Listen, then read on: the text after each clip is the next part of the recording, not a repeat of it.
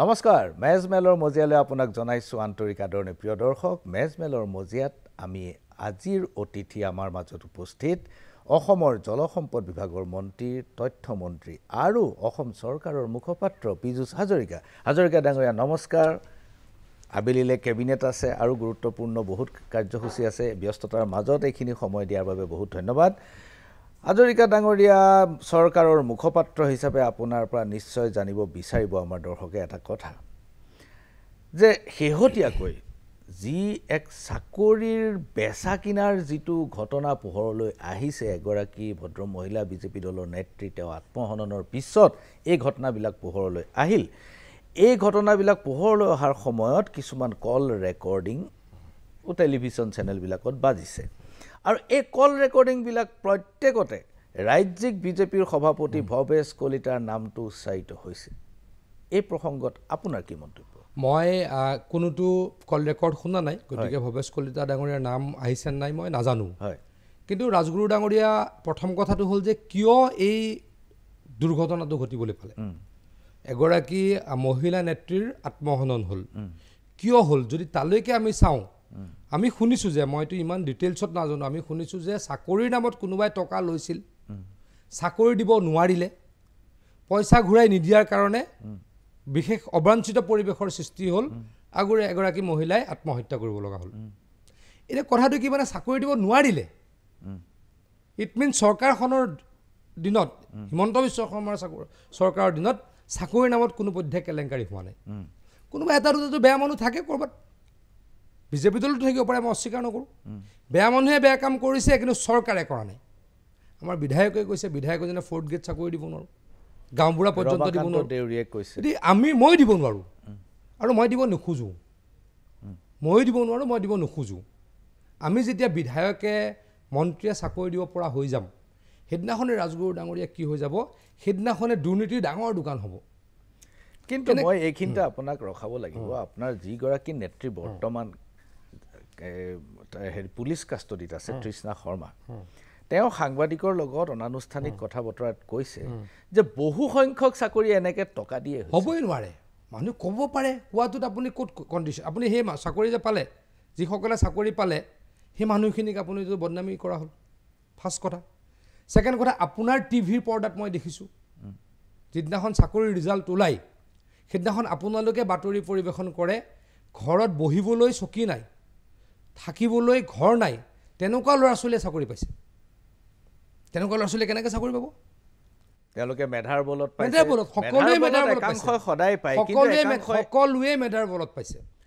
সকলোৱে মেধাৰ বলত পাইছে মই আকৌ কৈছোঁ যিসকলে কৰিছিল এইটো কাম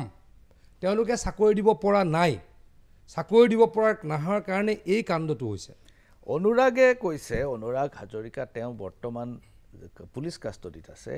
তেওঁ কৈছে যে 3 লাখ টকা লওঁ 2.5 লাখ টকা ওপৰ মহলক দিব লাগে 50,000 কিন্তু যদি কোনোবা মন্ত্ৰীসভাৰ সদস্যই হওক বিধায়কেই হওক যদি এনেকুৱা কৰিলে হয় মুখ্যমন্ত্ৰী ডাঙৰীয়াই ইমান ষ্ট্ৰংলি এই কথাটোৰ বিৰুদ্ধে ষ্টেণ্ড ল'ব নোৱাৰিলে হয় মানে তদন্ত এনেকৈ হ'ব নিদিলে তদন্ত কেনেকৈ হ'ল হয় যদি মই কথাটো কৈছোঁ কোনোবাজন যদি মন্ত্ৰী ইনভলভ হয় কোনোবা যদি বিধায়ক ইনভলভ হয় কেতিয়াও নৰ্মেলিতো সাধাৰণতে তেনেকেই হয় কিন্তু ইনভলভ নাই আমি ষ্ট্ৰংলি কৰিছোঁ থাকিলেও ষ্ট্ৰংলি কৰিম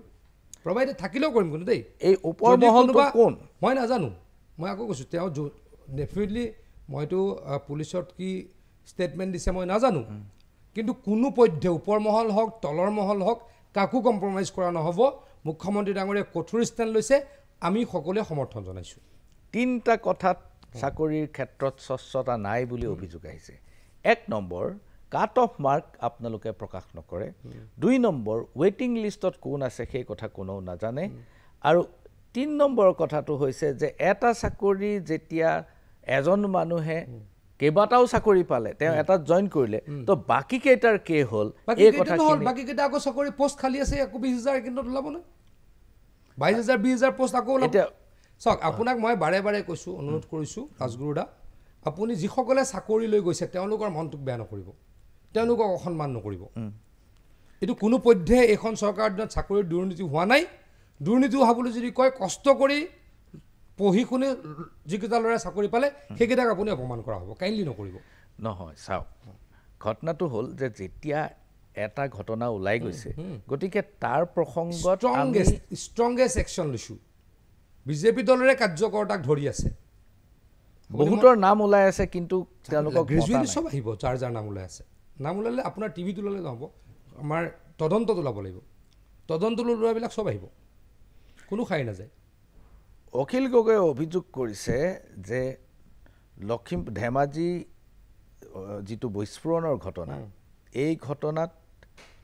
পুলিচ ডায়েৰী কেছ ডায়েৰী দুৰ্বল হৈছে আগতে দিছিলে আচ্ছা 1000 কোটি টকীয়া কেলেংকাৰীৰ ঘটনাটো আগতে দিছিলে কংগ্ৰেছ চৰকাৰ দিনতে দি গৈছে আৰু এইটো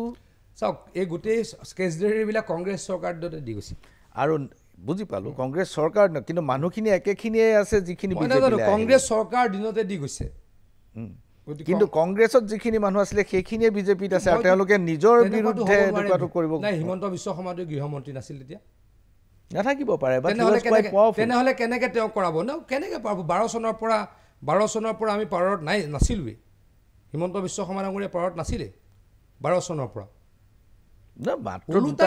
ওলোটাই মোৰ ঘৰত চিকিউৰিটি উদ্যোগ কৰি দিয়া হৈছিলে মোৰ পাৰ্চনেল চিকিউৰিটি উদ্যোগ কৰি দিয়া হৈছিলে 2 বছৰৰ কাৰণে 2 বছৰ নহয় 12 চনৰ পৰা তৰুণ গগৈ ডাঙৰীৰ লগত যেতিয়া কাজিয়া লাগিলোঁ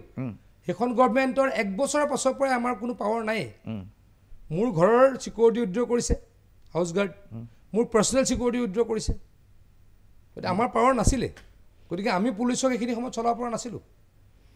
পুলিচকতো এতিয়া চলাব পাৰে এতিয়াতো হোৱাই নাই এইখন আগতে দিয়া কোনো যদি লক্ষ্য নকৰিলে মুখ্যমন্ত্ৰী ডাঙৰীয়াই কৈছে মই ডিজিপি কৈছোঁ থৰলি চাবলৈ যদি কৰিব লাগে আমি আকৌ ৰিএপিল কৰিম এইটো কৈছে নাই এইটো কৈছে ৰিএপিল কৰাৰ কথাটো এবাৰ উল্লেখ কৰিছে তেখেতে হিতেন্দ্ৰ নাথ গোস্বামী তেখেত অধ্যক্ষ আছিলে তেখেত যেতিয়া বিৰোধী পক্ষত আছিলে আৰু আপোনালোক কংগ্ৰেছত আছিলে তেতিয়া তেখেতে এটা অভিযোগ আনিছিলে বিৰোধী পক্ষত থাকোঁতে যে কংগ্ৰেছৰ চৰকাৰখন 3% চৰকাৰ বুলি চবে জানে মই অলপতে অখিল গগৈক এই কথাটো সুধিলোঁ যে বিধায়ক হোৱাৰ পিছত ইয়াৰ কিবা উমঘাম পাইছে নেকি আপুনি যে চৰকাৰৰ 3% চৰকাৰ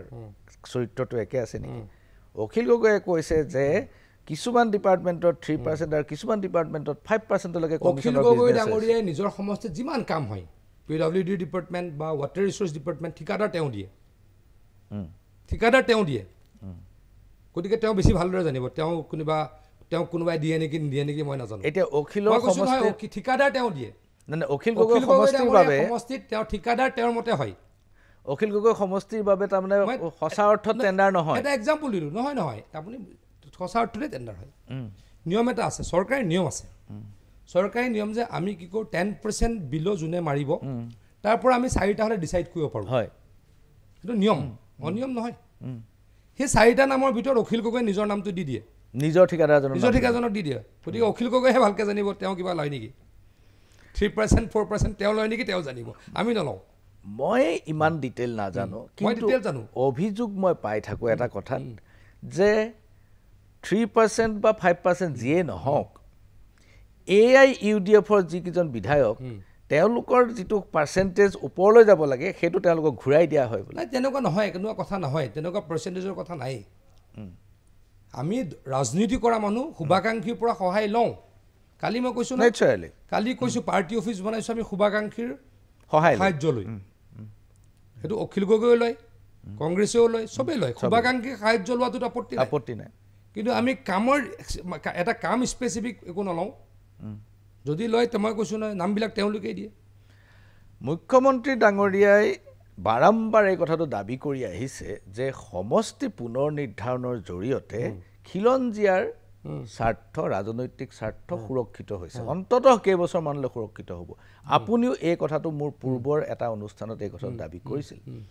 কিন্তু অখিল গগৈয়ে অভিযোগ কৰিছে যে খিলঞ্জীয়াৰ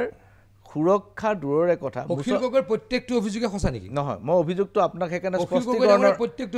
স্পষ্টীকৰণৰ বাবে আপোনাক অখিল গগৈ ডাঙৰীয়াই কৈছিল যে এটা সময়ত হেৰিত তৰুণ গগৈ ডাঙৰীয়াৰ আমেৰিকাত বহুত ঘৰ আছে এইটো সঁচা নে মিছা আজি কওক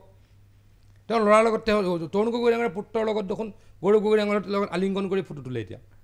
অখিল গগৈৰ প্ৰত্যেকটো অভিযোগে সঁচা নহয় মই সঁচা মিছা এতিয়া মই আপোনাক কওঁ আপোনালোকৰ পেপাৰ টিভিতে পঢ়িছোঁ আৰু AIUDFৰ কংগ্ৰেছৰো মুছলমান নেতাসকলে কৈ আছে যে আমাৰ ৰাজনৈতিক অধিকাৰ খৰ্ব কৰা হ'ল আপুনি লক্ষ্য কৰিছে সেই কথাটো কিয় কৰিছে আমিতো কৰা নাই বাৰু ইলেকশ্যন কমিশ্যনে কৰিছে ভাৰত চৰকাৰৰ নিৰ্বাচন আয়োগে কি কৰিছে ডিলিমিটেশ্যন কৰিছে পেপাৰত পঢ়িছোঁ যে 104টা সমষ্টি খিলঞ্জীয়াৰ কাৰণে সুৰক্ষিত হৈছে সেই কথাটো বা ভাৰতীয়ৰ কাৰণে সুৰক্ষিত হৈছে সেইটো মুখ্যমন্ত্ৰীয়ে দাবী কৰিছে দাবী নহয় আপুনি কৈছে মই কোনটো কৈছোঁ দাবীটো হ'ল হয় যদি AIDFৰ পৰা ক'লে সেইটো মিছা বদৰুদ্দিন আজমলে কয় চেয়াৰমান আলীয়ে কয় কংগ্ৰেছৰ মুদাপদ নেতাবিলাকে কয় যে আমাৰ অধিকাৰ সৰ্ব কৰা হ'ল মই যিটো ক'ব খুজিছোঁ 1 বছৰ আপুনি চাওক আৰু 2.5 বছৰৰ পাছত বিধানসভাৰ নিৰ্বাচন অনুষ্ঠিত হ'ব আপোনাক মই আজি লেখি দিলোঁ ৰাজগুৰু উপাধিৰ কোনোবা হাজৰিকা উপাধিৰ কোনোবা শৰ্মা উপাধিৰ কোনোবা কলিতা উপাধিৰ কোনোবা দাস উপাধিৰ কোনোবা বৰুৱা উপাধিৰ কোনোবা গগৈৰ উপাধিৰ কোনোবা এইসকল ব্যক্তি আমাৰ বড়ো আমাৰ ৰংহাং এইসকল ব্যক্তিৰ অহা নিৰ্বাচনত 85টাৰ পৰা 87টা MLA অসম বিধানসভালৈকে নিৰ্বাচিত আহিব এনেও থাকে এনে নাথাকে এতিয়া চাওক এবাৰ চাওক মই যিটো ক'লোঁ অকল অসমীয়া ভাষা কোৱা বা আমাৰ ট্ৰাইবেলসকলক লৈ 65 to 70 এতিয়া মই আপোনাক সুধিব খোজা ভাৰতীয় হ'লে 104টা কৈছোঁ মই আপোনাক সুধিব খোজা প্ৰশ্নটো আছিল যে সমষ্টি পুনৰ নিৰ্ধাৰণৰ জৰিয়তে মুছলমান প্ৰধান সমষ্টি 35টাৰ পৰা কমি আহি 24টা হ'লি সেই কথাটো সকলোৱে দেখি আছে 22টা হ'ল বুলি আমি বাট সেইটো স্বচ্ছ হৈ আছে কিন্তু অখিল গগৈয়ে দুটা অভিযোগ আনিছে 1 নম্বৰ অভিযোগটো হ'ল যে তেওঁ কৈছে যে ইয়াৰ পূৰ্বে বাংলাভাষী মানুহ জিকাৰ অৱকাশ আছিল 8টা সমষ্টিত এতিয়া সেইটো 23টালৈ উন্নীত হ'লে মোৰ ইয়াত কওক এটা নাম কওক আচ্ছা সেইটো 1 নম্বৰ আগতে এই বাংলাভাষীৰ মই ক'বলৈ বেয়া পাইছোঁ তথাপিতো কৈ দিওঁ মুছলমান MLA 31টা হয় দেখোন মুছলমান MLA 31টা হয় বেংগলী MLA 2টা বাঢ়িব পাৰে বৰাক ভেলীত বাঢ়িব 2টা বা 3টা বেংগলী MLA বাঢ়িব পাৰে সেইটো বৰাক ভেলীত ব্ৰহ্মপুত্ৰ ভেলীত নহয় তাৰমানে অখিল গগৈ ডাঙৰ প্ৰব্লেমটো যে মুছলমান MLA বাঢ়িলে প্ৰব্লেম তেওঁৰ নাই হিন্দু বঙালী MLA বাঢ়িলে তেওঁৰ প্ৰব্লেম আৰু তাকো যদি কোনো অসমীয়া ইলেকশ্যন নেখেলা বৰাক ভেলীত বাঢ়ে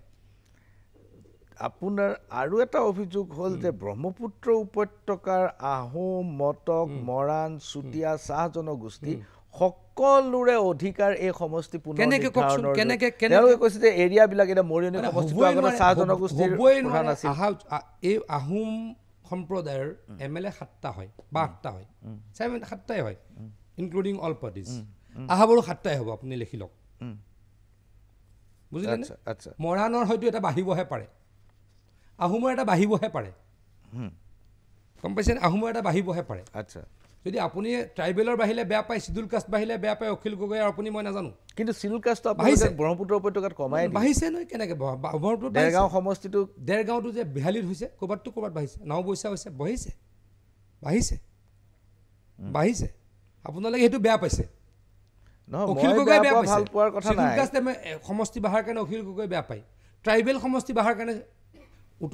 16টাৰ পৰা 19টা ট্ৰাইবেল সমষ্টি 7টাৰ পৰা 9টা চিডুল কাষ্ট সমষ্টি হ'ল আপোনালোকে বেয়া পায় পশ্চিম অসমত আপোনালোকে এটা জনজাতি ৰিজাৰ্ভ কৰিলে আমি কৰা নাই ৰিজাৰ্ভ আপুনি দাদা আপোনাৰ নিচিনা মানুহে তেনেকৈ ক'লে আমাৰ কষ্ট হ'ব যিজন মানুহে গোটেই কামটো কৰিছে তেওঁকে মই এইখন মই নাজানো তেওঁ যদি কোনোবাই যদি কৰিছে মই চিনি নাপাওঁ মই জানো যে ভাৰত চৰকাৰৰ নিৰ্বাচন আয়োগে কৰিছে ভাৰত চৰকাৰৰ নিৰ্বাচন আয়োগৰ কিমান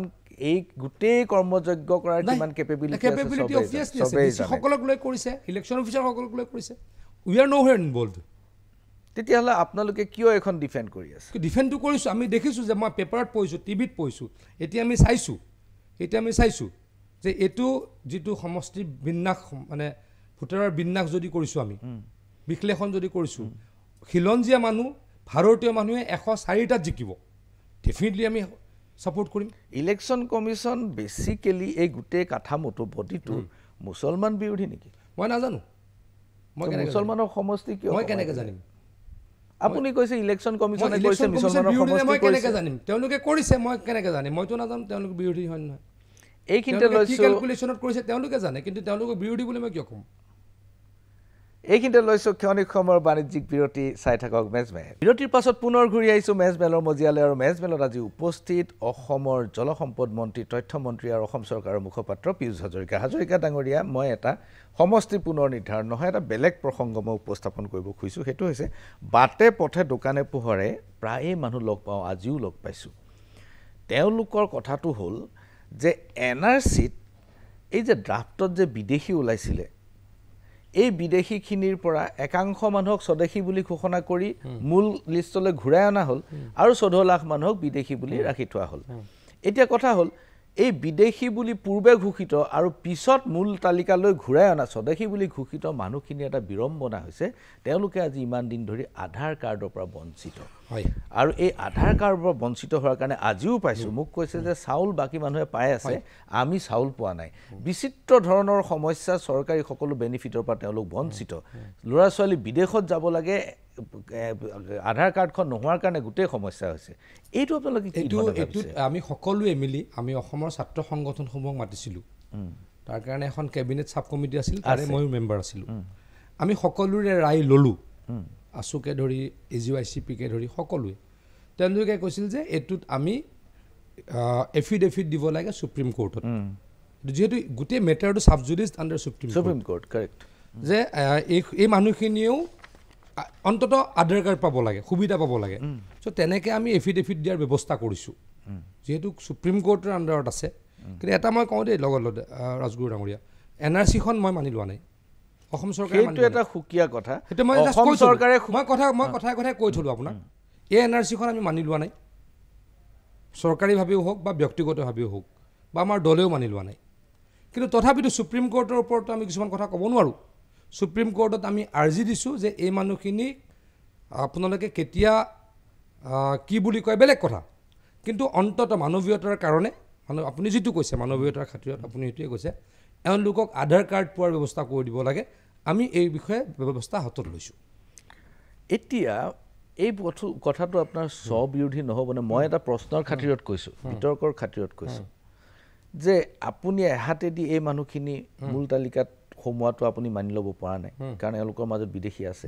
আৰু তেওঁলোকক আকৌ আপুনি আধাৰ কাৰ্ড সকলোৱে যিমান দল সংগঠন আমি মাতিছিলোঁ সকলোৱে এইটো কথাই কৈছে ক'লো নহয় আছুকো মাতিছিলোঁ AGYCPকো মাতিছিলোঁ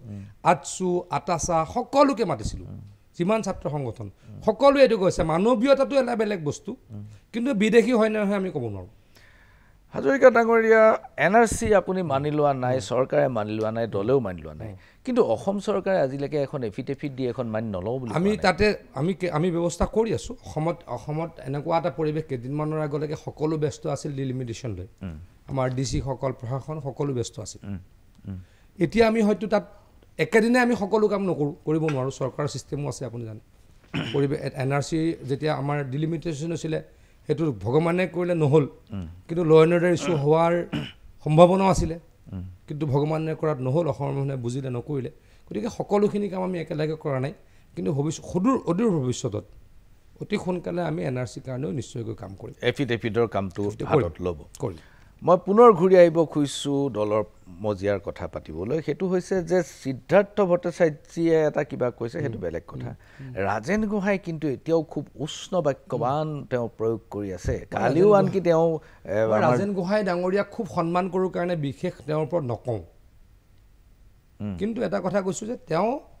এটা স্বীকাৰো কৰিছে যে হিমন্ত বিশ্ব শৰ্মা ডাঙৰীয়াই কৰিছে বুলি কৈছে দেই মই কিন্তু কোৱা নাই হিমন্ত বিশ্ব শৰ্মা ডাঙৰীয়াই 106টা চিট সুৰক্ষা কৰিছে বুলি কৈছে সুৰক্ষিত কৰিছে বুলি কৈছে নগাঁও সমষ্টিটো অকল সুৰক্ষিত নহ'ল বুলি কৈছে তেখেতৰ ব্যক্তিগত কথা কিন্তু যদি তেখেতে কোৱাৰ দৰে হিমন্ত বিশ্ব শৰ্মা ডাঙৰীয়াই 106টা সমষ্টি অসমীয়াৰ কাৰণে বা ভাৰতীয়ৰ কাৰণে সুৰক্ষিত কৰিলে হিমন্ত বিশ্ব শৰ্মা ডাঙৰীয়া মই আগতে কোৱাৰ দৰে জাতীয় মহানায়ক হ'ব লাগে মই গোহাঁইদাৰ কথাৰ আঁত ধৰিয়ে কৈছোঁ তাতকৈ ওপৰত মই গোহাঁই ডাঙৰীয়াৰ ওপৰত ক'ব নোখোজোঁ মই তেখেতক সন্মান কৰোঁ সিদ্ধাৰ্থ ভট্টই কৈছে যে আমি দলৰ ইমান জ্যেষ্ঠ নেতা অথচ দলত আমাৰ আজিৰ তাৰিখত কোনো সিদ্ধান্তত চাওক এইটো দলৰ পদবীৰ কথাটো দিল্লীয়ে কৰে মই সিদ্ধাৰ্থ দাক খুব সন্মান কৰি কথাটো কৈছোঁ তেখেতেও জানে তেখেতে সভাপতি আছিল তেখেতেই চলাইছিলে দলৰ যিকোনো বিষয় বা কোনে কৰে দলৰ দিল্লীৰ নেতৃত্বই সাধাৰণতে কৰে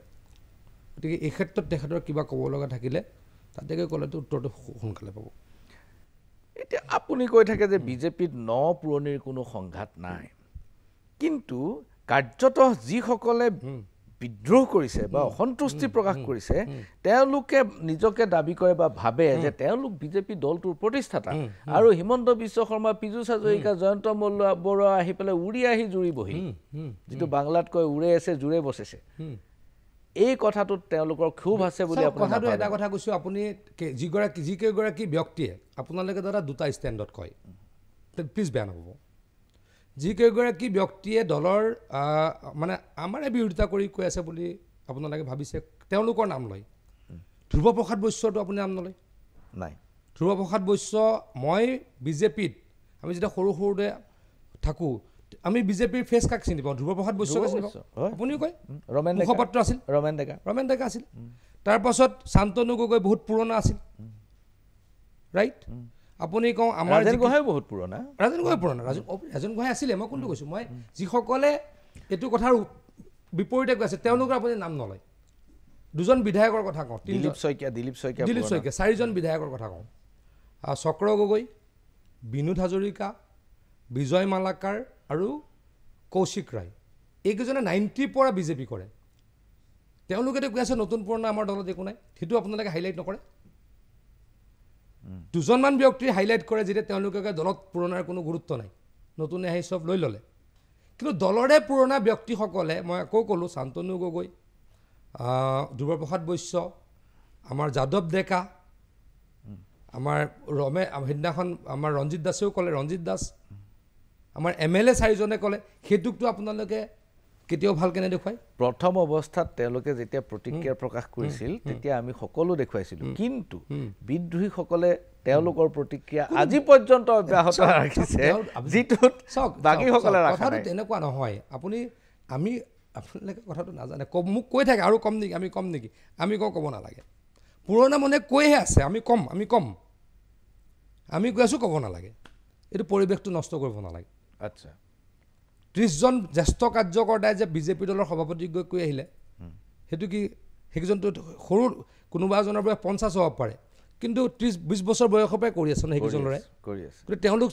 দলৰ পুৰণা হ'ল নে নাই? আচ্ছা, মোক এটা কথা, তেওঁলোকেতো কৈ আছে যে এইটো আমি তেনেকৈ চলি আছোঁ নতুন পুৰণালৈ। গতিকে মই আপোনালোকক কৈছোঁ, যিজনে কৈ আছে তেওঁলোকক সন্মান কৰোঁ, আমি তেওঁলোকক কাৰো লগত কাজিয়া নালাগোঁ, কিন্তু দলৰ ছাপৰ্টত, এইবিলাক দলৰ ছাপৰ্টত নতুন পুৰণা একো নাই বুলি ক'বলৈকে বিচাৰি থকা লিষ্টখন বহুত দীঘলীয়া। বুজি পালোঁ। মই বিদ্ৰোহটো বহুত দেখিছোঁ, মোৰ সাংবাদিকতা জীৱনত দেখিছোঁ, আৰু আপুনি বিদ্ৰোহ কৰিছে, মই কৰিছিলোঁ, আপুনি বিদ্ৰোহ কৰিছে, আমি দূৰৰ পৰা দেখিছোঁ বিদ্ৰোহ, আৰু আপুনি বিদ্ৰোহ কৰা কৰিছোঁ। বিদ্ৰোহবিলাকৰ একোটা মতলব থাকে, এটা নেপথ্য, তাৰ এটা এজেণ্ডা থাকে। এই যে বিজেপিত যিসকলে প্ৰতিক্ৰিয়া প্ৰকাশ কৰি আছে, মই বিদ্ৰোহ বুলি ক'ব খোজা নাই, মই জানো যে আপুনি এইটো বিদ্ৰোহ নহয়, যিসকলে প্ৰতিক্ৰিয়া প্ৰকাশ কৰিছে তেওঁলোকৰ মতলবটো কি বুলি ভাবে আপুনি? মই বিশেষ এই বিষয়ে ক'ব নোখোজোঁ। কিয়? চাওক, কথাটো কেনেকুৱা যে মই প্ৰথম কথা কৈছোঁ, যিকেইজন ব্যক্তি খুব জ্যেষ্ঠ তেওঁলোকৰ ওপৰত মই কমেণ্ট কৰিব নোখোজোঁ। প্ৰথম কথা, মই কংগ্ৰেছত আছিলে, তৰুণ গগৈটো জ্যেষ্ঠ আছিলে। মই কৈছোঁ, আপুনি এতিয়া মোক কৈ দিব, মই কংগ্ৰেছত কেনেকৈ আছিলোঁ? কংগ্ৰেছত মোৰ দেউতাই কংগ্ৰেছ কৰিছিল, মোৰ দেউতাই আন্দোলনত কেইবাবাৰো মাৰ খাইছিল, মই জন্মৰ পৰাই কৰিছোঁ, কংগ্ৰেছত মোৰ চে আছিল। এতিয়া আপুনিয়ে কৈ দিব নতুন ল'ৰাই আহি পেলাই বেছি কৈ থাকে, গতিকে মই জ্যেষ্ঠক সন্মান কৰি নকওঁ। নহয়, কিন্তু আপুনিতো তৰুণ গগৈৰ সময়ততো এই মন্তব্যটো বা এই নহয়, মই কৈছিলোঁ কংগ্ৰেছত মই নিজে পুৰণা বহুত আছিলোঁ নহয়, 20 বছৰ কৰিলোঁ কংগ্ৰেছ। আপুনি মোক এটা কথা কওক যে মতলবটো আপুনি ক'ব নালাগে, কিন্তু এই কথাটো আপুনি স্বীকাৰ কৰে নে যে তেওঁলোকৰ কিবা এটা মতলব আছে? মই কোনটো, আপুনি যে মোক মাতি লৈ আছে, আপোনাৰ কিবা এটা মতলব আছে, মানে টিভিত এটা শ্ব' কৰিব, চবৰে কিবা নিশ্চয় কিবা থাকিব। আচ্ছা, মই ভিতৰলৈ সোমাব খোজা নাই। বুজিছোঁ। প্ৰিয় দৰ্শক, পীযুষ হাজৰিকাই কৈছে মতলব আছে কিন্তু ক'ব খোজা নাই আৰু ভিতৰলৈ সোমাব খোজা নাই। এইখিনিতে লৈছোঁ ক্ষণিক সময়ৰ বাণিজ্যিক বিৰতি, চাই থাকক মেজমেল। বিৰতিৰ পাছত পুনৰ ঘূৰি আহিছোঁ মেজমেলৰ মজিয়ালৈ, আৰু মেজমেলত আজি উপস্থিত অসম চৰকাৰৰ কেবিনেট মন্ত্ৰী আৰু মুখপাত্ৰ পীযুষ হাজৰিকা। হাজৰিকা ডাঙৰীয়া, আমি দলৰ বিদ্ৰোহৰ কথাটো আমি পাতিছিলোঁ। একচুৱেলি আপুনি কৈছে বিদ্ৰোহ নহয়, ময়ো বাৰু এইটো বিদ্ৰোহ বুলি ক'ব খোজা নাই, কিন্তু জিলা আৰু তৃণমূল পৰ্যায়ত অসন্তুষ্টি বিদ্যমান বঙাইগাঁৱত গোটেই কমিটিখনে ৰিজাইন দিছিলে ওদালগুৰি যোৰহাট এইটো চৰকাৰৰ বিৰুদ্ধে নাছিলে পাৰ্টিৰ কিবা ইছ্যু আছিলে এইবিলাক ঠিক হৈ গৈছে কিন্তু সকলোতে এটা অসন্তুষ্টি আছে চাওক এটা দল যেতিয়া শাসনত থাকে আজি কংগ্ৰেছ দলত 5 লাখ মানুহ আছে বিজেপি দলত 45 লাখ মানুহ আছে আজি ক্ষমতাত থাকিলে আপোনালোকেও চকু বেছি দিয়ে নেচাৰেলি স্বাভাৱিক কংগ্ৰেছৰ কোনোবাই ৰিজাইন দিলে আপুনি গুৰুত্ব দিয়ে নেকি কংগ্ৰেছতো ৰিজাইন দিয়ে থাকে অলপ দিনৰ আগত কংগ্ৰেছৰ এগৰাকী জ্যেষ্ঠ তেওঁ কংগ্ৰেছৰ জ্যেষ্ঠ নহয় বেলেগ পাৰ্টিৰ বা আঞ্চলিক দলৰ পৰা আহি কংগ্ৰেছত যোগদান কৰিছিল তেওঁৰ প্ৰাক্তন সতীৰ্থ কেইগৰাকী মহিলা সতীৰ্থ কেইগৰাকী মানে দিছপুৰ থানাত যৌন উৎপীড়নৰ কেছ দিছিল আপোনালোকে ফ'ল' আপ কৰিছিল নেকি কোননো আছিল মই নকওঁ বাৰু এতিয়া মই ক'ব বিচৰা নাই ব্যক্তিগত কথা মই নকওঁ আচ্ছা আঞ্চলিক দলৰ পৰা আহি পেলাই কংগ্ৰেছ দলত যোগদান কৰিছিল এতিয়া কংগ্ৰেছ দলৰ মুদাপতা নেতা তেওঁৰ বিৰুদ্ধে তেওঁৰ প্ৰাক্তন সতীৰ্থ এই মহিলা কেইগৰাকী এতিয়া তৃণমূল কংগ্ৰেছত গ'ল 4-5জনগৰাকী মহিলাই একেলগে গৈ দিছপুৰ থানাত কেছ দিছিল যে আমাক যৌন উৎপীড়ন কৰিছিল ক'ৰবাত এটা নিউজ আছিল নেকি গতিকে মই কি ক'ব খুজিছোঁ যেতিয়া দল শাসনত থাকে সকলোৱে দৃষ্টি তাতে নিবদ্ধ কৰি ৰাখে গতিকে এইটো অলপ লোৱাটো নেচাৰেল বিজেপি যেতিয়া শাসনত নাছিল তেতিয়া মীৰা বৰঠাকুৰে যৌন উৎপীড়নৰ অভিযোগ দিছিল তেতিয়াও সেইটোৱে কথাটো একেটাই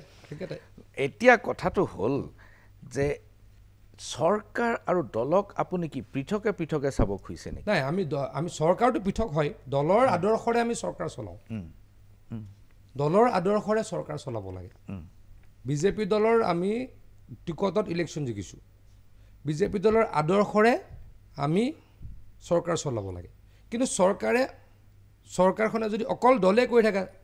ৰাইজটো নাইকিয়া হৈ যাব গভৰ্ণমেণ্ট সকলোৰে গভৰ্ণমেণ্ট আপোনাৰ আপুনি বিজেপি ভোট নিদিয়ে কিন্তু গভৰ্ণমেণ্টখন আপোনাৰো আচ্ছা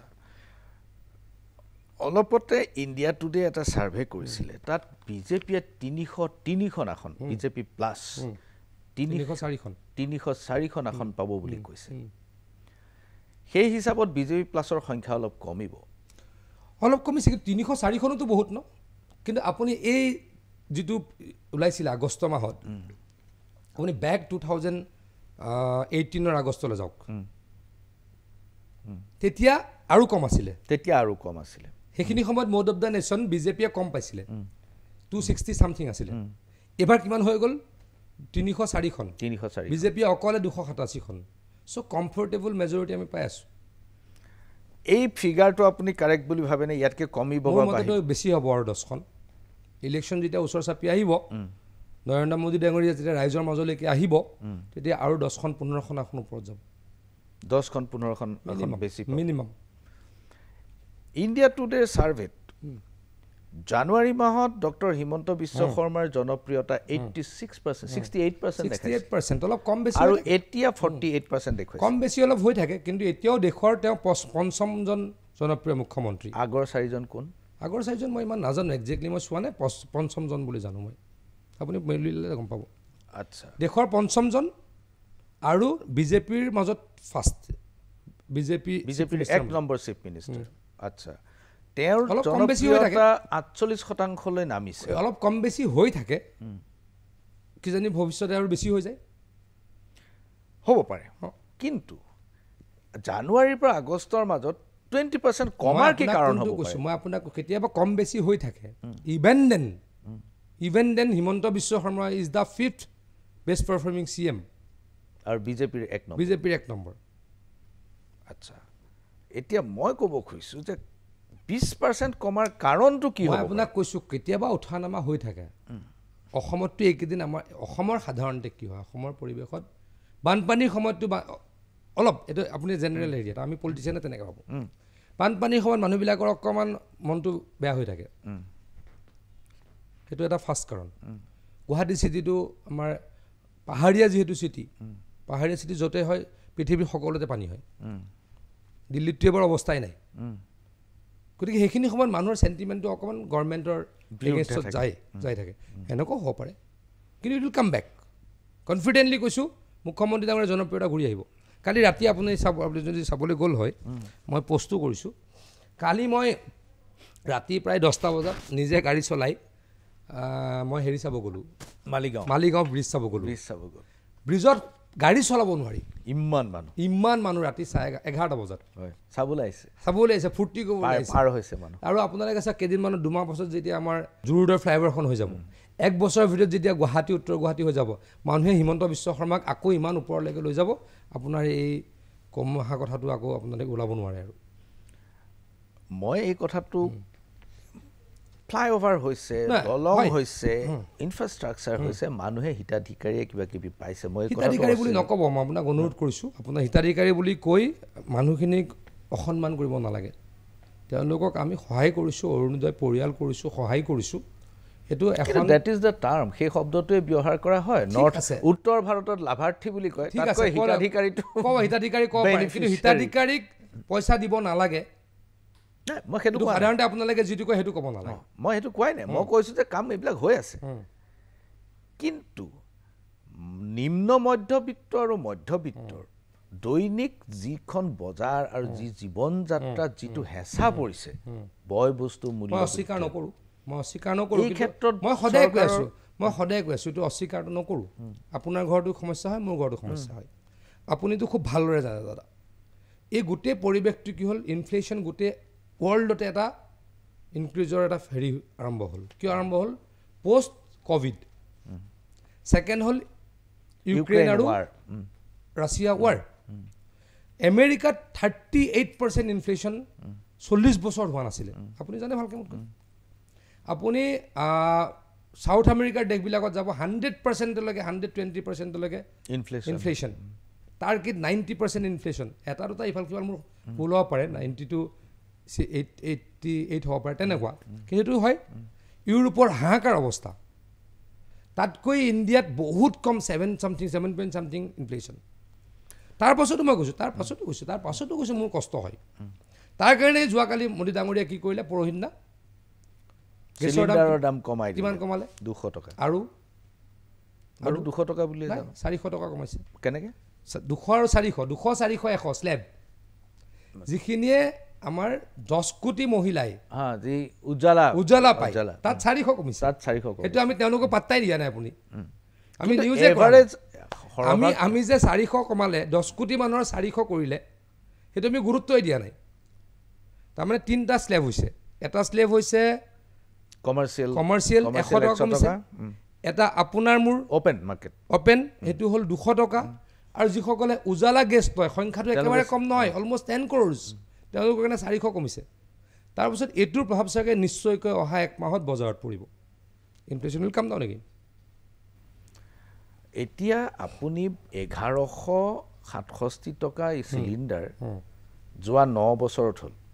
450 আছিলে 430 টকা আছিলে 2014 চনত ইকনমিক গ্ৰোথো হৈছে এতিয়া আপুনি 200 টকা না মই আপোনাক মানুহৰ কিমান ব্যক্তিগত লাভ হৈছে লোকচান হৈছে মই নাজানো নকওঁ মই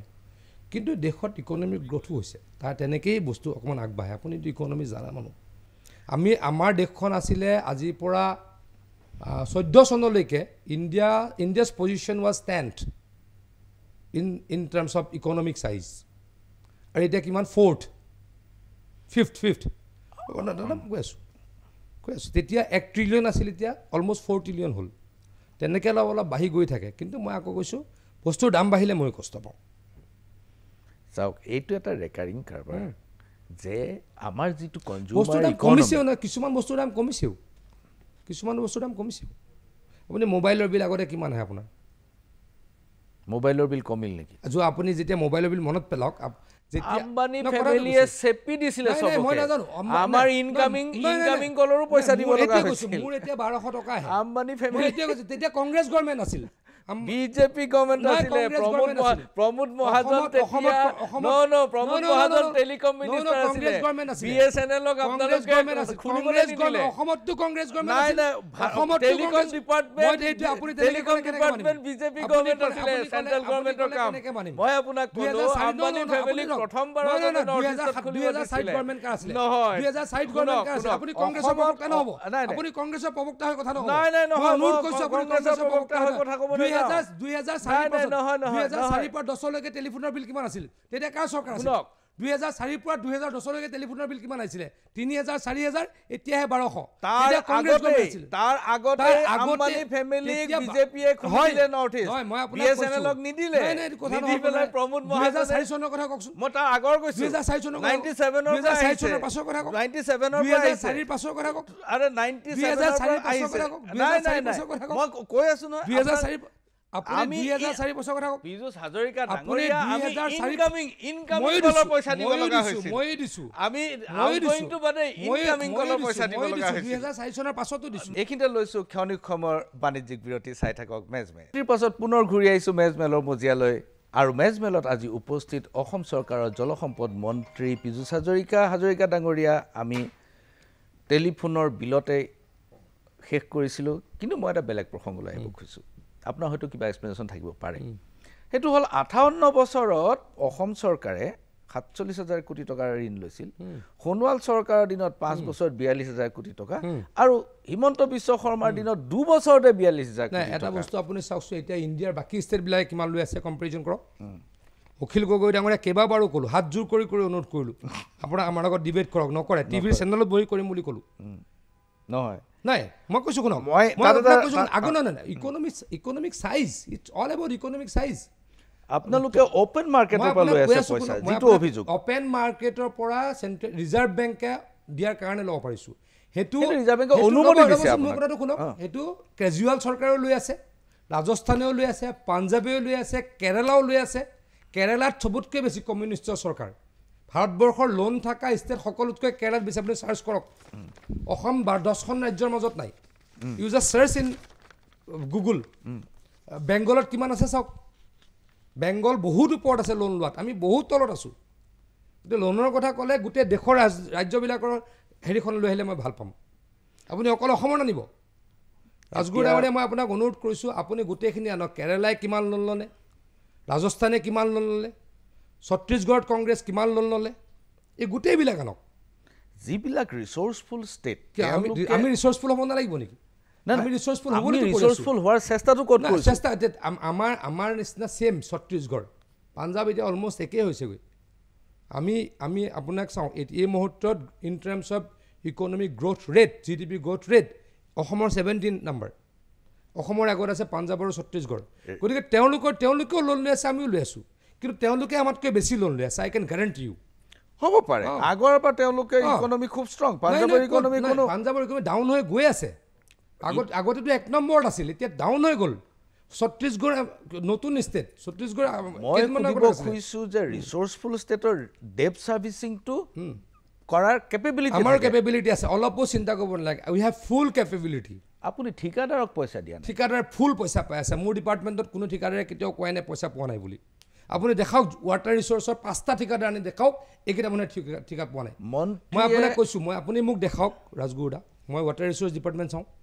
ৱাটাৰ ৰিচোৰ্চ ডিপাৰ্টমেণ্টৰ 10টা ঠিকাদাৰ 5টা নহয় 10টাই ক'লোঁ বাৰু 10টা ঠিকাদাৰ আনি কওক এইকেইজনে 2 বছৰ দৰমহা ঠিকা পে'মেণ্ট পোৱা নাই এইকেইজনে 1 বছৰ পে'মেণ্ট পোৱা নাই কওক যদি কাৰোবাৰ কিবা টেকনিকেল ইছ্যু আছে বেলেগ কথা আদৰেজ মই আপোনাক প্ৰত্যাহ্বান জনাইছোঁ 10জন ৱাটাৰ ৰিচোৰ্চৰ ঠিকাদাৰ আনি দেখাওক 10জন PWDৰ ঠিকাদাৰ আনি দেখাওক যে 1.5 বছৰ টকা পোৱা নাই আপোনাক মই প্ৰুফ দিম প্ৰিয় দৰ্শক মই আজি আপোনাক চেলেঞ্জ দিলোঁ কিন্তু সদায় কৈ থাকিলে নহ'ব দাদা আজি পীযুষ হাজৰিকাই এই কথাটো প্ৰত্যাহ্বান জনাইছে যে 1.5 বছৰ মিনিমাম কৈছোঁ 1.5 বছৰ যদি কোনোবা PWDৰ ঠিকাদাৰে ৱাটাৰ ৰিচোৰ্চৰ ঠিকাদাৰে বিল পোৱা নাই তেনেহ'লে তেওঁ এই প্ৰত্যাহ্বান গ্ৰহণ কৰিব মই গ্ৰহণ কৰিছোঁ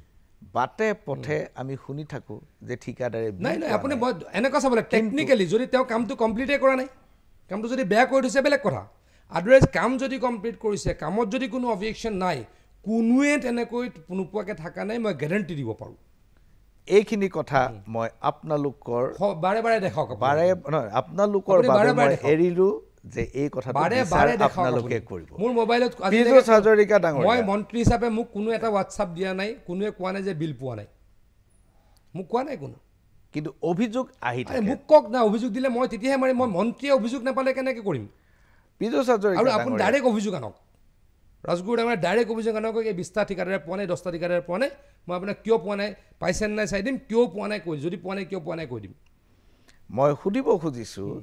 যে এই অভিযোগটো আহে যে আপোনালোকে ঠিকাৰ কামবিলাক ডাঙৰ ডাঙৰ পেকেজ কৰি পেলালে যাৰ কাৰণে সৰু ঠিকাদাৰবোৰ মৰি গৈছে। ৱাটাৰ ৰিচোৰ্চৰ মই এটা এক্সাম্পল দিওঁ। মই যেতিয়া নতুনকৈ মন্ত্ৰী হ'লোঁ এটা কাম মাহমৰাত দেখিছিলোঁ। মাহমৰাত এটা কাম 10 কোটি নে 15 কোটি আছিলে, 29টা গ্ৰুপ, 2 লাখ 3 লাখ 4 লাখ টকা গ্ৰুপ, 2 লাখ টকাকৈ এটা গ্ৰুপ কৰিলে মথাউৰি হ'ব নেকি? আপুনি কওকচোন। তাৰমানে 2 লাখ টকা এজনে কৰিলে 100 মিটাৰ, এজনে কৰিলে 100 মিটাৰ, কাম হ'ব নেকি? জইন হ'ব নেকি? সেইটোতো হ'ব নোৱাৰে। আমি কৈছোঁ যে এটা স্কিম, সৰু স্কিমটো যদি 2 কোটি 2 কোটিয়ে হ'ব, সৰু স্কিম 50 লাখ 50, তেনেকুৱা স্কিম বহুত আছে, 50 লাখ 50 লাখে হ'ব।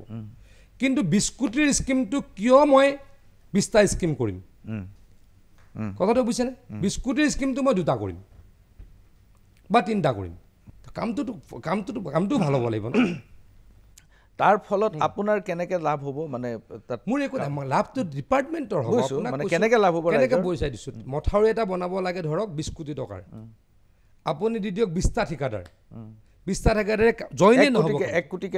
কোটিকে পালে। সি কৰিলে, এজনে এইখিনিলৈকে কৰিলে, এজনে এইখিনি কৰিলে, মাজত গেপ হৈ যাব। সেইটো টেকনিকেল ইছ্যু আছে।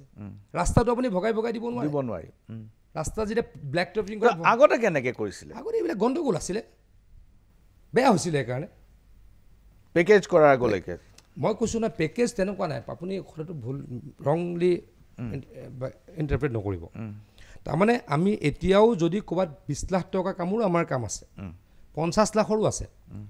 1 কোটিৰো আছে, 2 কোটিৰো আছে, তেনেকুৱা কামটো আছেই বহুত। তেনেকুৱা কাম আপুনি 30% পাবই। কিন্তু মানুহে ভাবে কি জানে, এই যে 1 কিলোমিটাৰ মথাউৰিটো 10টা ভাগত ভাগ কৰি দিওঁ, হ'ব পাৰে নেকি কওকচোন আপুনি? সেইটো মিছইণ্টাৰপ্ৰিটেশ্যন। আচ্ছা, আপুনি অলপ আগতে ক'লে যে শিৱসাগৰ সমষ্টিৰ বিধায়ক অখিল গগৈ ডাঙৰীয়াই ঠিকাদাৰজন নিজে চিলেক্ট কৰি দিয়ে। আৰু অখিল গগৈৰ অভিযোগ যে শিৱসাগৰ সমষ্টিৰ মাথাউৰিৰ অৱস্থা নাই। ব্যক্তিগত কিবা অসুবিধা আছিল, অহা 3 তাৰিখে তেখেতৰ তাত যাম, তেখেতে মোক ভাত খুৱাম বুলি কৈছে। তেখেতে মোক কৈছে যে শিৱসাগৰত থাকোঁতে কোনো যাতে ভাত খুৱাব নোৱাৰে, মই খুৱাম। মোকতো ভাল পায় অখিল গগৈ ডাঙৰীয়া, আৰু ভাল, নহ'লে ভাত খুৱাম বুলি নকয়। অহা 3 তাৰিখে যাম তেওঁৰ তাত। ঠিকাদাৰজন নিজে চিলেক্ট কৰি আৰু কোনে কোনে দিয়ে? বিধায়কসকলে দিয়ে, বহুতে, সকলোৱে নিদিয়ে, বহুতে দিয়ে। আচ্ছা, তাৰ ফলত তেওঁলোকৰ কি লাভ হয়? মই নাজানো কি লাভ হয়, তেওঁলোকক সুধিব। অখিল গগৈ ডাঙৰীয়াই অভিযোগ বহুত আনে, তাৰ ভিতৰত কেইবাটাও অভিযোগ মই আপোনাৰ সন্মুখত, বহুতো অভিযোগ তেওঁ আনি প্ৰমাণ দিব নোৱাৰি পলাহি, বহুতো অভিযোগ কিন্তু বিধানসভাৰ মজিয়াত তেখেতে যথেষ্টখিনি প্ৰশ্ন উপস্থাপন কৰে। তাতে সঁচাই মিছাই কৰে, সঁচাই মিছাই কৰে, বহুত মিছা যেনে মিছা। মই ক'লোঁ নহয়, সঁচাই মিছাই ক'লোঁ। বিধানসভা বুলি কোৱা নাই, তৰুণ গগৈ ডাঙৰীয়া বহুত কেইবাটাও, সেইটোতো পুৰণা পুৰণা হ'লেওতো বুজাব লাগিব ন ৰেকৰ্ডখন। আপুনি এটা ইছ্যু লৈ পেলাই মানুহটোৰ সমস্ত কাম তেনেকুৱা বহুত কৰিছে। তেওঁ কিমান আন্দোলন কৰে, আধাতে আন্দোলনবিলাক এৰি দিয়ে। এইখিনিতে লৈছোঁ ক্ষণিক সময়ৰ বাণিজ্যিক বিৰতি, চাই থাকক মেজমেল। বিৰতিৰ পাছত পুনৰ ঘূৰি আহিছোঁ মেজমেলৰ মজিয়ালৈ। মেজমেলত উপস্থিত পীযুষ হাজৰিকা ডাঙৰীয়া। মুখ্যমন্ত্ৰীয়ে কৈছে বিজেপিয়ে 12খন আসনত খেলিব। 12খন আসনত খেলিম বুলি কোৱা নাই, 12খন আসন পাম বুলি কৈছে, including our alliance partners, including your alliance partners, মানে AGP আৰু UPPL ধৰি। AGP আৰু UPPLক কিমানখন আসন দিয়াৰ তেওঁলোকে এতিয়ালৈকে ডিছকাশ্যন হোৱা নাই মই জনাত। মইতো দলৰ কথা ইমান নাজানো, মই একদম I M A very ordinary worker of the party, মই নাজানো।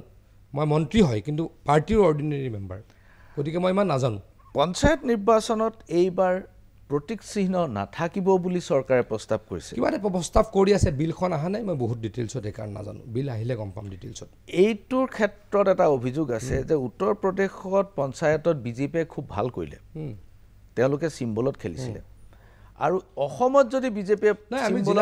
যিখন আহিব বিল, জিলা পৰিষদটোতো চিম্বলত হ'ব। জিলা পৰিষদৰ ৰিজাল্টে গম পাই যাম। বাকীখিনি চিম্বলত, বাকীখিনিয়ে চিম্বল নহয়। বাকীখিনি চিম্বলত নথকাৰ উদ্দেশ্যটো কি? নাই, কিছু উদ্দেশ্য আছে, মানে দলবিলাকৰো অসুবিধা হৈ যায়, আৰু কিছুমান মই ইমান ডিটেইলছত নাজানো, অনেষ্টলি কৈছোঁ, মই ডিপাৰ্টমেণ্টটো নাজানো, চব বস্তুৰ উত্তৰটো মই দিব নোৱাৰোঁ। কিন্তু আপুনিতো এটা সমষ্টিৰ বিধায়ক, হয়, তাতে হয় কি অলপ গাঁৱৰ মাজলৈ এৰি দিব লাগে, অলপ গাঁৱৰ ভাল মানুহ আহক, উঠি অহা মানুহ আহক, অলপ শিক্ষিত মানুহ আহক। কিন্তু তেনেকৈ ভাবোঁ এনেকুৱা কথা দলৰ কাৰণে আমি দলৰ বাধ্যবাধকতাৰ কাৰণে গাঁৱৰ ভাল মানুহজনক আমি টিকট দিব নোৱাৰোঁ মই মোৰ ফিলিংছটো কৈছোঁ সেই বস্তুটো নাইকিয়া হৈ যাব কিন্তু উল্টা ফালেদি এটা চৰ্চা হৈ আছে যে চিম্বলত নাথাকিলে যে আহে সেয়ে বিজেপি যে জিকিলে সেয়ে বিজেপি হয় যদি জইন কৰে আপুনি কিয় বাধা দিব এইটোৱে কথা বিজেপিয়ে নিজৰ সেইটোৱে বিজেপিয়ে নিজৰ কৌশলৰ বাবে নিজৰ একেবাৰে নহয় জিলা পঞ্চায়তটো আমি হেৰি কৰিম ন জিলা পৰিষদটো আমি ইলেকশ্যন চিম্বলত কৰাম মই গ্ৰাছৰুটৰ বাকীখিনি জিলা পৰিষদৰ কৈছোঁ মানে এইটোৱে কৈছোঁ গাঁৱত সমস্যাটো কি হয় গাঁৱত সমস্যাটো কি হয় যে পাৰ্টিৰ কাৰণে পাৰ্টিৰ পুৰণা মানুহ পাৰ্টিৰ কষ্ট কৰা ৱৰ্কাৰ বুলি যাকে তাকে যোনে যোনে টিকট দিব লগা হয় সেই গাঁওখনৰ নেতৃস্থানীয় ব্যক্তিজনে ইলেকশ্যনত হাৰি যায় বুজিলে নে কাৰণ পাৰ্টিক মানুহে ভোট দিয়ে সেই তেতিয়া কি হয় ভাল মানুহ ইলেক্টেড নহয় এইটোৰ ফলত ভাল মানুহ ইলেক্টেড হ'ব বুলি মই ভাবোঁ কিন্তু বিপৰীতে এইটো কথাও সঁচা যে ইণ্ডিপেণ্ডেণ্টখিনিয়ে ৰুলিং পাৰ্টিত যোগদান কৰি দিলে আপোনাৰ কোনো এনেও কৰে কংগ্ৰেছৰ আহিলে চব জইন কৰিয়ে দিয়ে বিজেপি আহিলে কংগ্ৰেছ পাৱাৰত আহিলে বিজেপিৰ লগত জইন কৰিয়ে দিয়ে এইবিলাক হৈয়ে থাকে পীযুষ হাজৰিকা ডাঙৰীয়া INDIA ইণ্ডিয়াক ভাগ কৰিছে ইণ্ডিয়াক ভাগ কৰিব বিচাৰিছে এই এলায়েন্সটো প্ৰসংগত আপোনাৰ কি মন্তব্য এই এলায়েন্সটো ইলেকশ্যনলৈকে নাথাকিব কেনেকৈ তাৰমানে চিট শ্বেয়াৰিং কৰিব নোৱাৰে আজি ৰাতিপুৱাই ক'ৰবাত দেখিছোঁ আপৰ লিডাৰ এগৰাকীয়ে কৈ দিলে হু should be the PM Arvind Kejriwal. Congress people are saying who should be the PM? Rahul Gandhi. And TMC people are about to say who should be the PM. কথাটো বুজিছে নে আপুনি গতিকে PM কেণ্ডিডেট বহুত আছে তাৰপাছত আৰু কি আছে PM কেণ্ডিডেট বহুত থকাৰ লগে লগে আৰু এটা চাব সমীক্ষাবিলাকত কি আহি আছে কংগ্ৰেছে 70টা চিটলৈকে যাব এবাৰ 45টাৰ পৰা এই যে 30টা চিট পাব কাৰ চিট পাব জানে এই ইণ্ডিয়া যিটো ভাগ কৰা পাৰ্টিবিলাক তেওঁলোকৰ চিটহে ল'ব বিজেপিৰ চিট নলয় বিজেপিৰ চিটৰ হৰণ ভগন নহ'ব বুলি আপুনি নহ'ব খুব কম হ'ব গতিকে তেওঁলোকৰ এইটো নাইকিয়া হৈ যাব ডিচেম্বৰত 5খন ৰাজ্যৰ নিৰ্বাচন আছে তাততো বিজেপিৰ ভাল নহ'ব চাওক যোৱাবাৰো হোৱা নাছিলে আপুনি মনত পেলাওক এই 5খন ৰাজ্যত যোৱাবাৰো হাৰিছিল আপোনালোকে জবৰদস্তি চৰকাৰ বনালে কেনেকৈ জবৰদস্তি চৰকাৰ কৰ্ণাটক আৰু মধ্যপ্ৰদেশত জবৰদস্তি হৈছে after election who form the government first কংগ্ৰেছে গভৰ্ণমেণ্ট কৰিছিলে তাৰপিছত আপোনালোকে কংগ্ৰেছৰ পৰা যদি কোনো মানুহ ওলাই গুচি আহে how can you say we have forced no you have an operation lotus no this is আপোনালোকৰ strategy no it is completely made by the media what is operation lotus no মানুহ যদি জয়েন কৰিব হয় আপুনি কি বাধা দিব নেকি কোভিডৰ কাৰণে লকডাউন দিয়া নাছিল মধ্যপ্ৰদেশৰ MLA নাই একেবাৰে নহয় কংগ্ৰেছে নিজৰ MLA ধৰি কৰা নাই Congress has done lot of things this kind of things আপুনি ইনস্ট্ৰুমেন্টাল আছে yes কংগ্ৰেছে আপোনালোকে নিজে কৰিছিলে কংগ্ৰেছৰ পৰা ওলাই গ'লে যদি কংগ্ৰেছ ধৰি ৰাখিব পৰা নাই এইটো কাৰফুল কংগ্ৰেছত থাকোতে ডিফেকশ্যনৰ ৰাজনীতিৰ নেতৃত্ব আপোনাৰ দৰে মানুহে লৈছিল কৰিছিল কংগ্ৰেছে শিকাইছিলে কংগ্ৰেছে কৰিবলৈ আৰু বিজেপি কি বেলেগ শিকাই পঠাইছে কৰিবলৈ আৰু বিজেপি কি বেলেগ শিকাইছিল এতিয়া শিকাই পঠাই দিছে এটা বিজেপি এটো পাৰ্টি উঠে ডিফাৰেন্স বুলি কয় এটা ডিফাৰেন্স নহয় মানুহ জয়েন কৰিব আহিলে আপুনি কেনেকৈ বাধা দিব কংগ্ৰেছৰ দিনতো একেটাই হৈ আছে জয়েন কৰিলে আপুনি কেনেকৈ বাধা দিব কংগ্ৰেছৰ দিনতো একেটাই কথা কোৱা হৈছে সেইটোৱেই কথা এইটো কথাটো হয় কংগ্ৰেছ জয়েন কৰিলে আপুনি কেনেকৈ বাধা দিব কংগ্ৰেছ ত্যাগ কৰিলে আপুনি কেনেকৈ বাধা দিব আৰু তেনেকৈ বিজেপি যেতিয়া ত্যাগ কৰি পেলাই কংগ্ৰেছত জয়েন কৰিছে তেতিয়াও কৈছিলে ক'ৰবাতটো কৰিছে এতিয়াতো মই শুনিছোঁ কৰ্ণাটকত তেওঁলোকে চেষ্টা কৰি আছে মই শুনিছোঁ তৃণমূল কংগ্ৰেছে কৰা নাই তৃণমূল কংগ্ৰেছে বিজেপিৰ MLA লৈ যোৱা নাই আপোনালোকে অকল বিজেপিটো দেখে বুজিলোঁ আপোনালোকে বিজেপিটো দেখে No. Yes. You are that wrong. is the right. You are wrong. No. আপুনি এবাৰ নকলে কিয় আপুনি এবাৰ নকলে কিয় আপুনি অপাৰেশ্যন লটাছ বুলি ক'লে টাৰ্গেটিং বিজেপি এবাৰ আপুনি নকলে কিয় এইটো তৃণমূল কংগ্ৰেছতো হৈ আছে মানে বেংগলতো হৈ আছে শুনক যেতিয়া কংগ্ৰেছৰ দিনত ৰাজ্যসভাত ভোট দিয়াবলৈ যেতিয়া বিজেপিৰ বিধায়কক লৈ আহিছিলে তেতিয়া আমি কৈছিলো কথাটো এতিয়াতো কোৱা নহয় এতিয়া বেংগলৰ কথা আপুনি ক'লে নাই আপুনি গোল পোষ্ট চেঞ্জ কৰি আপুনি গোল পোষ্ট চেঞ্জ কৰি থাকিব মই চেঞ্জ নকৰো you have change the goal post মই পাৰ্টি চেঞ্জ কৰিছো এটা কিবা এটা বেলেগ কথা আছিলে আপুনি জানে কিয় চেঞ্জ কৰিছো গতিকে এতিয়া ঘটনাটো হ'ল যে তাত যিটো অপাৰেশ্যন আছিলে সিমিলাৰ অপাৰেশ্যন আপুনি ইয়াত কৰি আছে এইটো সিমিলাৰ অপাৰেশ্যন নহয় if people want to come will have to accept him বহুত ধন্যবাদ পীযুষ হাজৰিকা ডাঙৰীয়া ভৱিষ্যতৰ দিনবিলাকত নিশ্চয় লগ পাম আহি আছে পঞ্চায়ত নিৰ্বাচন আহি আছে 5খন ৰাজ্য নিৰ্বাচন আহি আছে লোকসভা আহি আছে লগ পোৱাৰ আশাৰে আজিলৈ ইমানতে সামৰিছোঁ নমস্কাৰ